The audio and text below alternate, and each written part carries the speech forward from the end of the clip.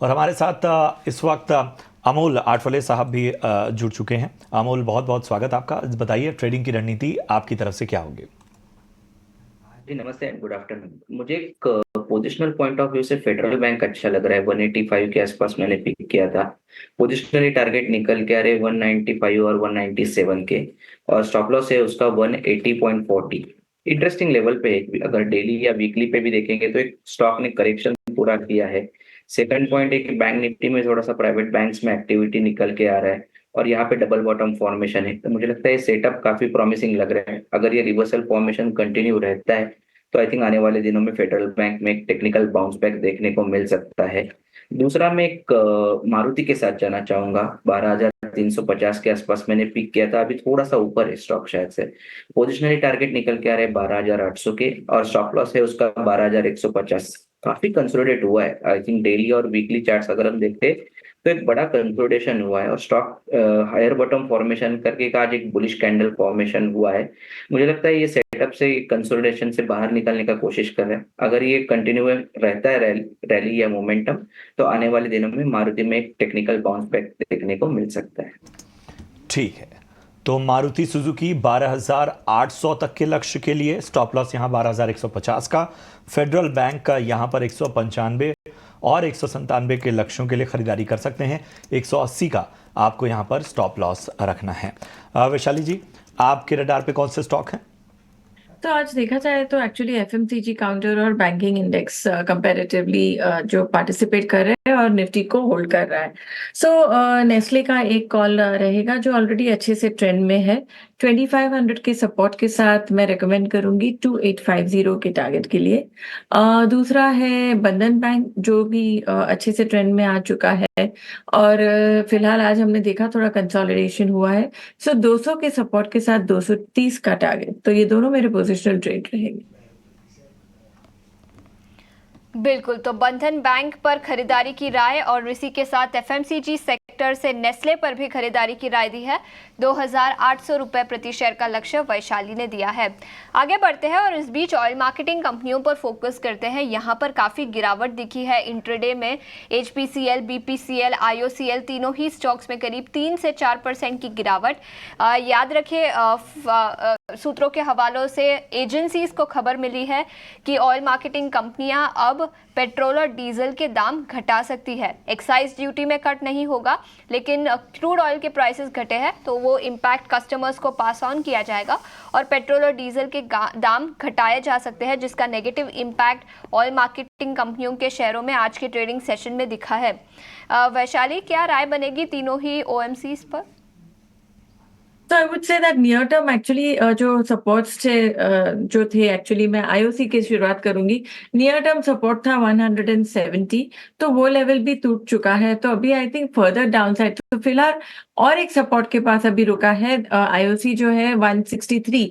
अगर ये लेवल्स टूटते हैं तो फर्दर डाउन स्लाइड आ सकते हैं टूवर्ड्स 155।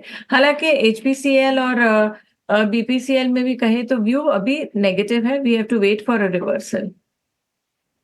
बिल्कुल, तो ये राय है ऑयल मार्केटिंग कंपनियों पर। व्यू अभी भी नेगेटिव है और रिवर्सल की राह देखनी पड़ेगी। अंकों की तेजी के साथ 25,400 के आसपास कारोबार कर रहा है। याद रखें, कल के ट्रेडिंग सेशन में भी बैंक्स और फाइनेंशियल्स में अच्छी तेजी दिखी थी। आज भी निफ्टी बैंक इंडेक्स की बात करें तो करीब 200 अंकों की तेजी के साथ 52,950 के आसपास कारोबार कर रहा है। कुछ इंडिविजुअल सेक्टर्स की बात करें तो सबसे पहले ऑटो इंडेक्स की बात करते हैं। यहाँ पर काफ़ी एक्शन है। Balkrishna industries, Bajaj auto, Maruti Suzuki कुछ टॉप गेनर्स है। निफ्टी ऑटो इंडेक्स में करीब %0.5 की तेजी आज के ट्रेडिंग सेशन में दिखी है। बालकृष्ण इंडस्ट्रीज 1.5% की तेजी के साथ कारोबार कर रहा है। लूजिंग साइड पर पीएसयू शेयरों में कल भी गिरावट थी, आज भी कंटिन्यू होती हुई नजर आई। निफ्टी पीएसयू बैंकिंग शेयरों में काफ़ी गिरावट है, तो Union Bank, Punjab and Sind Bank, UCO Bank जैसे कुछ स्टॉक्स हैं जहां पर गिरावट दिखी है। क्या राय बनेगी? फेडरल रिजर्व की जो बड़ी इंपॉर्टेंट डिसीजन थी वो अब आ चुका है, तो इंडेक्स लेवल पर नियर टर्म के लिए रणनीति क्या बनानी चाहिए? Very good afternoon. तो हमने देखा कि शुरुआत हुई, बैंक निफ्टी काफी तेजी से खुला एंड वेल अभी भी बैंक निफ्टी का ट्रेंड तो बिल्कुल ठीक ठाक है। सो अभी नियर टर्म के सपोर्ट के लिए इस हिसाब से 52,700 का सपोर्ट रहेगा और अपसाइड टारगेट्स जो ओपन है 53,500। और निफ्टी हालांकि हम देख रहे हैं कि थोड़ी वीकनेस जरूर दिख रही है, but unless and until 25,300 levels decisively ना टूटे एक निफ्टी के लिए व्यू बनाना मुश्किल है। तो मैं कहूँगी वेट एंड वॉच सिनेरियो है, बिकॉज मिक्स्ड बायस है, काफी सेक्टर्स में प्रेशर भी दिख रहा है। सो 25,300 का फाइनल सपोर्ट लेके रहना चाहिए और 25,600 का नियर टर्म रेजिस्टेंस है।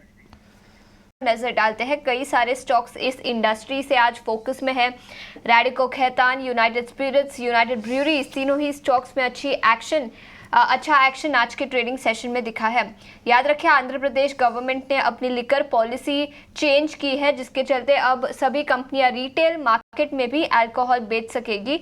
ये नई पॉलिसी है, पॉजिटिव है लिस्टेड इंडस्ट्री के लिए, जिसके चलते तीनों ही स्टॉक्स में भी आज एक्शन दिखा है। एनालिस्ट का मानना है कि तीनों ही कंपनियों के FY26 के एबिटा में करीब 3 से 6% की तेजी इस न्यूज़ फ्लो के चलते दिखाई दे सकती है। वैशाली, आपसे पूछना चाहूंगी, तीनों स्टॉक्स में से कोई स्टॉक जहां पर खरीदारी के मौके आज की तेजी के बाद नजर आ रहे हैं? शुरुआत करेंगे रैडिको में। रैडिको इनफैक्ट हमने भी हमारे क्लाइंट्स को ये रेकमेंड किया है और व्यू फिलहाल बुलिश है।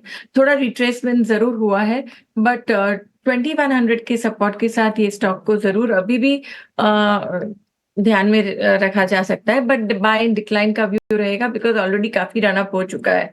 सो 2100 के सपोर्ट के साथ इसको खरीदा जा सकता है। नेक्स्ट टारगेट रहेंगे 2400।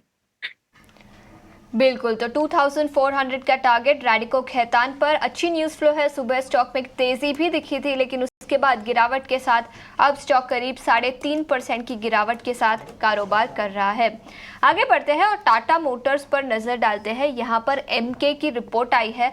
पिछले कुछ दिनों से स्टॉक फोकस में रहा है। एमके ने स्टॉक को अपग्रेड किया है, 1175 रुपीज प्रति शेयर का लक्ष्य दिया है। उनका मानना है कि पैसेंजर व्हीकल सेगमेंट में नए लॉन्चेस है, इन्वेंट्री पोजीशन भी कम है, तो कई सारे पॉजिटिव्स है, जिसके चलते पैसेंजर व्हीकल इंडस्ट्री पर उनका नजरिया पॉजिटिव है। और इसी के साथ चाइना में थोड़ी सी कमजोरी है, जिसके चलते JLR वॉल्यूम्स पर इम्पैक्ट दिखाई दे सकता है। लेकिन कमर्शियल व्हीकल और पैसेंजर व्हीकल दोनों सेगमेंट्स पर उनका नजरिया काफी पॉजिटिव है। स्टॉक में तो हल्की सी गिरावट दिखी है। वैशाली, टाटा मोटर्स के चार्ट्स पर क्या व्यू बनेगा आपका? टाटा मोटर्स काफी समय से नेगेटिव जोन में ही है। फिलहाल एक सपोर्ट पे है, जो प्रीवियस लो जो था 957, उसी तरफ ये जा रहा है।